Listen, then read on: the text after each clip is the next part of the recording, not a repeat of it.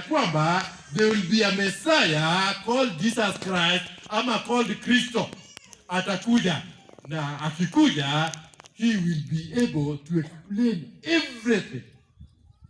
Lakini saa hii mimi sijui chochote.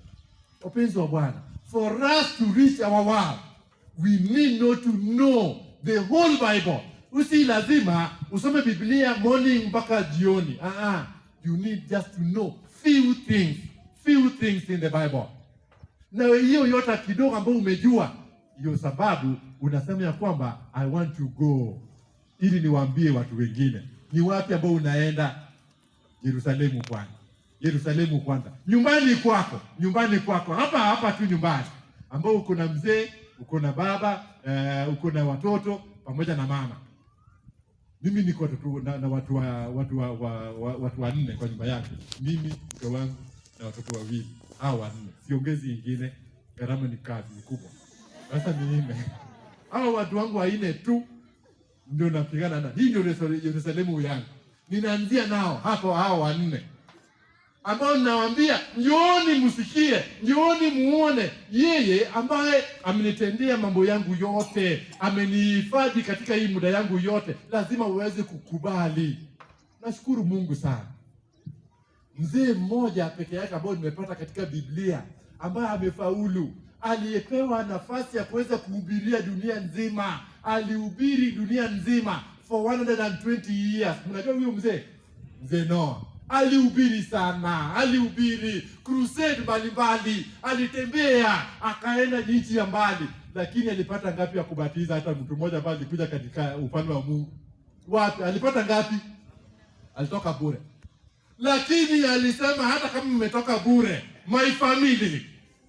Mzee ambaye alifaulu katika mambo ya family life ni nani? Ni Noah. Anasema ya kwamba mimi na familia yangu waliingia katika safina. So kama dunia yote itakataa kuhubiri neno la Mungu, kuja kusikia aliyekuambia siri zako zote, familia yako wasikose. Bwana asifiwe sana. Amen. Wapenzi wa Bwana, you need not to go far away. You need not to go to know everything, but you need just to tell people about Jesus whom you know. So I know the Messiah called Christ is coming. When he comes, he will be able to explain to us everything. We don't need to know everything about Jesus. Only what you need to know to make Jesus known to others. Bwana asifiwe sana. You need not to know mambo yote kuhusu Yesu. Huwezi jua mambo ya Yesu. Huwezi jua historia yake kwa sababu you can't exhaust. Lakini kila ambacho tumeambiwa kama watumishi wa Mungu, make people to know about Jesus. Don't know more about Jesus Christ. Wewe usijali kujua mambo yake, lakini tell people about Jesus Christ. Waambie watu habari ya Yesu Kristo. So this is the way, only way ambao we are going to reach our world. We don't need to know everything about Jesus. We only need to make Jesus known to others. Mama huyo alichukua nafasi yake mpaka leo kule Samaria. Hiyo mtungi ya huyo mama bado ingali katika ile kisima ya Yakobo. Hajachukuliwa. Aliwacha, na hata sijui kiu yake alikuwa amepata maji wapi tena, kwa sababu hata hiyo mtungi bado ingali pale. Alisahau hiyo mtungi. Akawaambia kujeni mkaone. This is the message, wapenzi wa Bwana, ambao tumeambiwa siku hii ya leo. Dunia yote inatangaza ya kwamba let us make Jesus known. Tuambie watu dunia nzima, eneo la Ronda yote. Tuambie watu wote dunia yote ya ng'ambo about Jesus Christ. But we need not to know everything. Lakini tujue tu what Jesus has done and to what. Jambo la kwanza, you need not to be perfect. Jambo la pili, you need not to know everything. Alafu jambo la nne ya tatu, you need not to go far distance. To reach our world, you need not to go far away. Je, kule Samburu ni mbali, kule sehemu za Lodwar ni mbali, Kule sehemu za Ethiopia ni mbali, huwezi fika. Biblia inasema ya kwamba you need just to go a short distance. Msichana wetu huyu mdogo ambao tumetokea naye hapa saa hii, ambao amerudi nyumbani kwake, ikifika kesho jioni, nunua tu ndazi moja ama mbili na kikombe ya moja ya chai, imemtosha. Yeye akuli mingi kwa sababu itamsumbua, hataki tena, itamsumbua akiendaka choo mara mingi. Hivi shiba sana. Kwa hivyo ni ndazi moja tu na kikombe moja ya chai unampatia tu, na unamwambia tu hiyo tu ndio nileta. Ukishafanya maombi unaendaka tu. You need not to go far. Along at the door. Anakaa wapi? Sidia hapa. Don't need to go far. Hata huyu mama akisema ya kwamba I don't want to go far, ninaenda nyumbani kwangu Yerusalemu kwanza, akamwambia kwamba mzee, toka nifunge mlango. Tunaenda wapi? Tuende tukamuone aliyeniambia mambo yangu yote. Hata huyo ndio mzee wa kwanza kuamini habari ya huyo Mesaya. Hata huyo mzee yeye pia aliamini among the Samaria ambao walikuwa pale. The impact of the message and the presence of Jesus caused the Samaritan woman to drop her burden at the feet of Jesus Christ. Bwana asifiwe sana. Shida yake yote ambayo amekuwa nayo, mzigo yake yote aliacha miguuni pake Yesu. Na Yesu ambaye alimwacha pale, hata yeye hakutingizika. Vile Yesu alikuwa amekaa pale kisimani, amekaa tu pale, anamngojea. Mama ametoka mbio, anaenda kama siafu. Alipofika pale kijijini, akatangazia watu wote. Je, wale ambao mama huyu aliyowaambia walimuona kahaba ama waliona mwinjilisti? Waliona mwinjilisti. Akasema ya kwamba mwinjilisti amekuja. Hawakumuona sura yake tena, ambaye alikuwa ni mama yule wa kwanza. Wapenzi wa Bwana, Musa alipotoka kule mlimani, alipokuja pale alipokuja kukutana na wanafunzi na wana wa Israeli, uso wake ilikuwa namna gani? Ilikuwa imeng'aa mpaka watu wanasema ya kwamba sura yake ilikuwa inawachoma, kwa sababu alikuwa amekutana na Mungu. Wapenzi wa Bwana, anytime you come to shake hands with Jesus Christ, anytime ambao umekuja kutana na Yesu, you will never be the same again. Bwana asifiwe sana. You will never be the same. This woman amekaa na Yesu for 20 minutes sijui, for 30 minutes sijui. Baada ya kutoka pale kisimani kurudi katika eneo la Ronda Samaria pale yote, watu wote wakaona sura yake imebadilika, maneno yake ni maneno mazito. Dunia yote ya Samaria wakatokea pale, wakasema ya kwamba wacha twende tukamuone. Wacha twende tukamuone. Anytime you come to meet with the Savior of the world, you will never be the same. So inasemekana kwamba you need not to go far. Did she run away in fear? Not at all. Ye hakukimbia kwa uoga. No, she ran away in freedom. Ali run away in freedom, ambaye ameniambia mambo yangu hiyo. Amefungua moyo wake wote wazi mbele ya Yesu. Akawaambia wanafunzi, akawaambia watu wa Samaria kwamba njooni mkaone. Njoo, yani in freedom. Freedom. Hakukuwa na uoga. Hata watu walikuwa wanajifanya kwamba huyu ni mama mbaya. Tabia yake ilikuwa mbaya kweli, lakini hakuogopa. Alisema hata kama mimi ni mbaya sijui, lakini she was in a lot of freedom. Alikuwa naimba, aliimba sana. Kama ni kupiga kelele, alipiga kelele. Kama ni kuita mwito, aliwaita kwa freedom kubwa. Njooni mkamuone. How many times you have been in the church for 20 years? You have been in the church for 30 years. You have been in the church for 5 years. Jay, have you told somebody about Jesus Christ whom you know? She ran to her home in the neighborhood with freedom and urged the people to come and see a man who has told me everything. Wapenzi wa Bwana, for us to reach our world, we need not to be perfect. We need not to be perfect. For us to reach our world, we need not to know everything.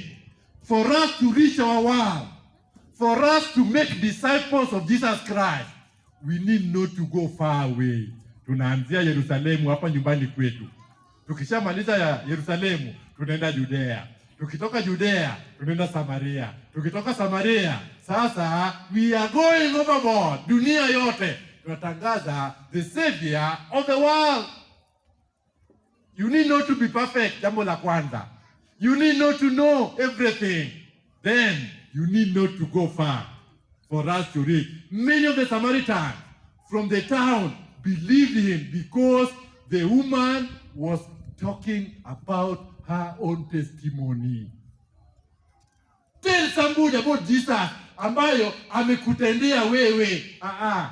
Not about other people, about you yourself. Vile Mungu amekufanyia pamoja na familia yako, vile amekuhifadhi, vile amelinda familia yako. Watoto wako wameenda shule, from class 1 wameenda class 8, wamefanya mtihani, wameenda form 4, wamefanya mtihani, wameenda university, wamegraduate first class honors, wanakuja na degree. Watoto wengine wakifika university wana graduate na drugs, wanakuwa wanauza madawa ya kulevya. Lakini watoto wako, ulimwengu uko hapa Ronda, lakini watoto wako shule Nairobi, wanasoma na watoto wengine, anakuja na first class honors, anakuja na second upper division, lakini watoto wengine wana graduate na drugs, wengine wana graduate na HIV. Lakini watoto wako wanakuja na certificate nyumbani kwako. Why don't you testify about that Jesus Christ? Bwana asifiwe sana. Wapenzi wa Bwana, you need not to know everything. You need not to be perfect. You need not to go far. Tell Jesus, tell somebody, tell the world where you are about Jesus ambaye anafanya makuu. This lady aliwaambia watu wa Samaria, njooni mkaone, because the woman was testifying about herself. We can learn something about this lady. For us to reach our world, we have learned that we can go reach our world, but we need not to be perfect. We need not to know everything. We need not to go far away. So, for us, we need to invite others to come and see the Savior. We need to prioritize. So, kando na perfection, kando na not knowing everything, kando na not going far, you need to prioritize. Jambo gani ambayo ni muhimu katika maisha yako? Je, ni BBI ambayo inatangazwa katika dunia ya leo? BBI ndio kitu ya muhimu sana katika maisha yote. When the world is in this kind of dilemma, should we advocate for BBI? No. What is the priority in your life? What is jambo ambayo ni muhimu katika maisha yote kama Mkristo ambaye anangojea kuja kwa Kristo mara ya pili? The woman alisema ya kwamba nimepata Messiah, njooni mkaone. That was the priority. Njooni mkamuone huyu Savior. We need to prioritize what is important in our life. What is important katika maisha yote. Wengine wameprioritize ya kwamba lazima nipate degree, lazima nifanye masters, lazima ninunue mashamba, lazima niwahi kuona mambo yangu yote yanafaulu. Is that your priority? When the world is in dilemma, when the world is in pain like this? Kama wewe ni professor, napkin kwa mdomo, doctor kwa mdomo, pastor, napkin kwa mdomo. Tangu muzaliwe jamani, hata nyinyi mmekuwa katika hii dunia ya leo, mmeshaona professor akikuja na napkin kwa mdomo? The world is in pain. The world requires clear thinking. What is our priority?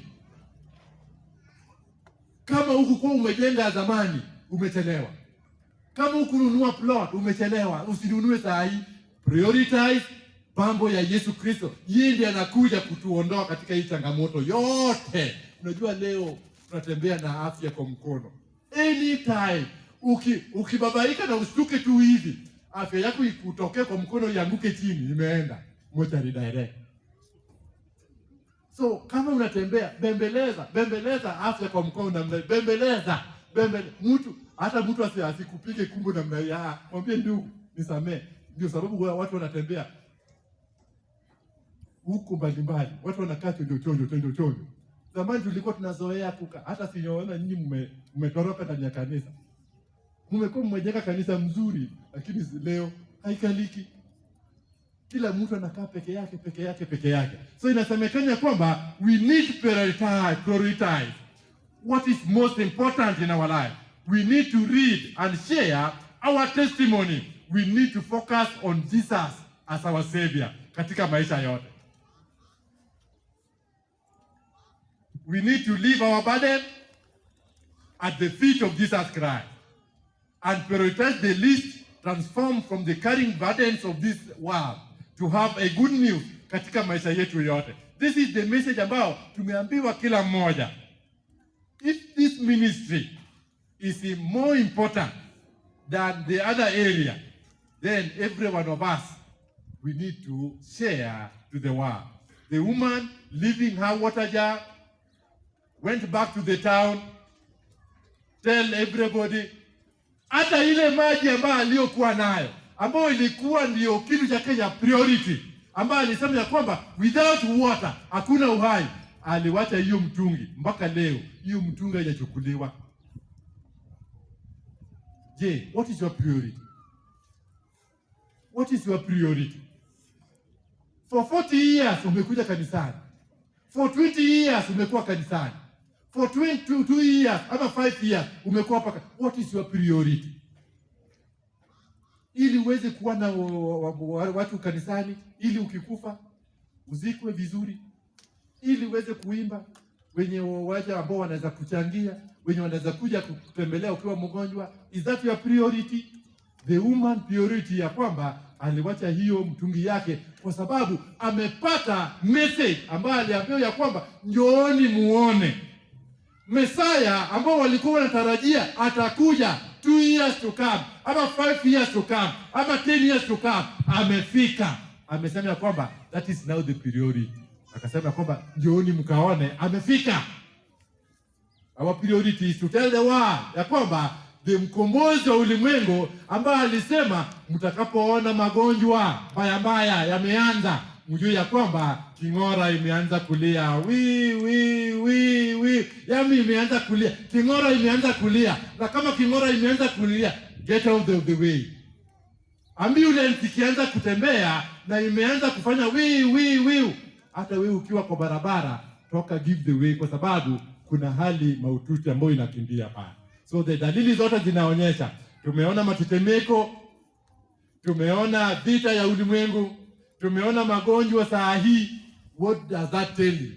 Our priority, kuambia dunia nzima, njooni mkamuone aliyeniambia siri zangu zote. That was the priority of this lady. Jambo lingine ambao we need to tell the world, we have to make a difference. We need to share our testimony, the far our Lord has brought us. Umbali ambao Bwana ametuleta. The woman did not preach a sermon. She presented her own argument. He told the world about whatever she ever did. So, katika maisha yote, we need to share our testimony. When a person is evangelized, ukihubiriwa, wewe ambaye umehubiriwa, inasemekana kwamba when a person is evangelized, the person becomes who? Evangelist. Bwana pesa. Ukihubiriwa, you can never be the same again. Hata wewe unasikia tu umedungwa, daktari akidunga mtu sindano, lazima useme namna hii. Lazima ndio hiyo saa hiyo ndio dawa inaingia. Sasa unasema kumbe dawa imeingia. So anybody ambaye amehubiriwa, you become an evangelist. Huyu mama alihubiriwa 30 minutes, 20 minutes. I don't know kama muda gani ambao alichukua na Yesu. Lakini all of a sudden amejikuta mbio, amekuwa mhubiri. We no longer believe just because of what you say. No, we have heard ourselves and we know now. So for us to reach our world, for us to make disciples, we need to share our own testimony. We need to share our testimony. So jambo la kwanza, prioritize. Prioritize what is important in your life. Then share your testimony. Share your testimony. Jambo la tatu, for us to make a difference in the world, ili tuweze kuonekana sisi ni watoto wa Mungu wateule, then we need to focus on Jesus and Jesus alone. Bwana asifiwe sana. That is the center. That is the center of focus. Hakuna mambo mengine. The focus is on Jesus. You need not to be perfect. Jambo la kwanza. You need not to know everything. You need not to go far away. For you to make a difference, you have to know the priority. Jambo ambalo ni muhimu katika maisha yako. What is your priority? Katika maisha yote. What is now your focus? The Samaritan woman did not say, I have just had the most incredible personal experience of my life. But aliweza kusema, come and see. Come and see. This is the word, the message ambayo alipresent katika dunia yote ya Samaria. We ourselves, we must see Jesus and focus on his word before we ask others to come and see him. We must live out the God's word. What am I saying? We ourselves, kila mmoja wetu, we must see Jesus and focus on his word before we ask others to come and see him. Mama huyo alipomuona Yesu, alipoambiwa siri zake zote, akachukua mizigo yake yote akaweka miguuni pa Yesu. Alipoweka miguuni pa Yesu namna hii, akasema ya kwamba this is now my priority. I want to tell other people to come and see. Huenda nao wako na burden, waje wamweke katika miguuni pa Yesu. Wapenzi wa Bwana, katika maisha yako yote, focus on Jesus. Ukisha focus kwa Jesus Christ, let all your burden, mizigo yako yote ambayo unakubaliana nayo, weka miguuni pake Yesu. Then tell others about what Jesus has done unto you. Tell Jesus. Let Jesus be known everywhere. Wacha Yesu iweze kutambaa, Yesu itambae. And because of his word, many became believers. Out of her own testimony, many believe. Hakuna crusade ambayo Yesu amekuwa nayo for the 3 years ambayo Yesu amekuwa katika dunia. Hakukuwa na crusade kubwa isipokuwa ya nani? Ya huyu mama ambaye hakukuwa amebatizwa. Huyu mama hata hakuchukua nguo yake akapeana kwa maskini. Hakupeana chakula kwa watu ambao wana mahitaji. Hata kiatu chake hakupeana. The first evangelical campaign ambayo imekuwa mkubwa, ambayo imesababisha dunia yote ya ronda imekuja kwa ajili ya Yesu Kristo, ni ya ule mama. Samaria yote walibelieve juu ya Yesu Kristo kwa sababu ya nani? Ule mama. What a wonderful message that Jesus has to ask for us. She was not perfect. Jambo la kwanza. The woman did not know mambo ya Biblia. She did not know everything. The woman did not go far away. Hapa Yerusalemu yalianzia nayo Samaria. Alipowaambia, aliwaleta. Na Yesu alipoona mwati mkubwa, hata wanafunzi wa Yesu ambao wamekaa na Yesu for all that time, wakina Petro. Unajua Petro baada anauliza Yesu, sasa tumekaa na wewe yote hivi, tutafaidika na nini? Unajua Petro naye hata wanafunzi wa Yesu bado hawako kwa wamejua Yesu ni nani. Lakini huyu mama anakaa na Yesu for 10 minutes, 30 minutes. Dunia yote ya Samaria wanageuka kwa Waadventista, wanageuka kwa wanafunzi wa Yesu.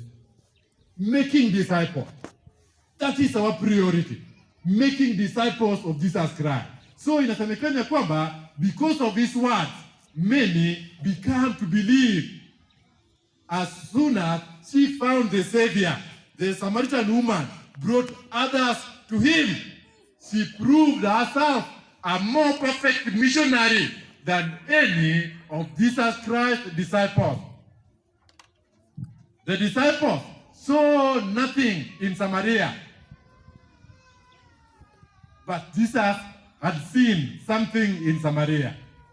The woman presented herself in a practical faith, katika maisha yote. This is what we are called to do. Hii ndio kitu ambacho tumeitwa kama watumishi wa Mungu. Huyu mama made her own testimony. Today, we are called to tell the world to come and see the Savior. Yule ambaye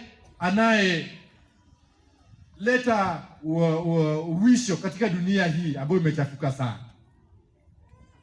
Ninamaliza nikisema ya kwamba katika maisha yote Yesu anakuja, hakuna kitu kipya tena. Hakuna kitu ambacho mtaweza kujivunia nayo katika ulimwengu wa leo. Unajivunia na masomo. Watu wamesoma, wamequalify kuwa na degree. Wako na kazi mahali papo wanapata. Vijana yangu, wako na kazi. Hata kazi hakuna. Serikali wanasema kazi kwa vijana, shika jembe. Enda ukapalilie, upewe shilingi 200 yako kwa barabara. Ati hiyo mtu ambao wa degree. Sasa kuna haja gani? Unajivunia na unaringa nao na mali, ati unajenga gorofa kubwa. Unajenga unanunua mashamba. Kila ambacho unajivunia naye ya kwamba kuna nini? Kuna Yesu, Simba wa Yuda. Bwana asifiwe sana. Hiyo ndio jambo pekee ambao unaweza ringia naye. Unaweza ringa leo, kuna afya njema, unameremeta, mwili mzuri, ati unakuwa na mambo mengi. Within a very short time uko kwa ventilator, uko machine. Kama daktari hatafanya vizuri, unakimbiza pale mochari. Wapenzi wa Bwana, Mungu awabarikie. Mungu awapatie neema katika maisha yote. Biblia inasema ya kwamba don't be perfect ili uepeleka habari njema. You need not to know everything. You need not to go far away. Know your focus. Know what is important. What is important today is Jesus Christ. Mungu awabariki sana. Kama hujabatizwa, this is the time. Kama hujabatizwa, kama hujapokea habari hii, mchungaji Okeyo anaandaa watu for baptism. Ulifanya ubatizo juzi. Na hata sasa, kama kuna mtu ambaye yabatizwa, this is the time ambao elders wanapokea watu, wanatayarisha watu kwa ajili ya kuja kwa Kristo mara ya pili. Don't waste time. We have no time to lose. This is the time ambao tunangojea Bwana ili aje. We have no time because we don't know about tomorrow. We did not know about tomorrow. Tomorrow will keep himself. Tusimame tufanye maombi. Tusimame tufanye maombi. Tusimame tufanye maombi. Kama kuna mtu ambaye ako katika mkutano na angependa abatizwe, lakini alichelewa wakati ambapo elders walikuwa ndarisha watu kwa ubatizo na alichelewa kubatizwa, we want to make a special prayer for you.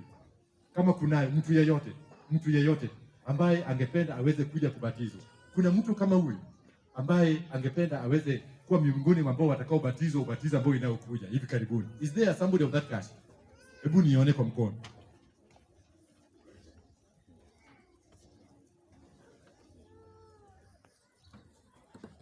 Thank you so much. There's a prayer request box.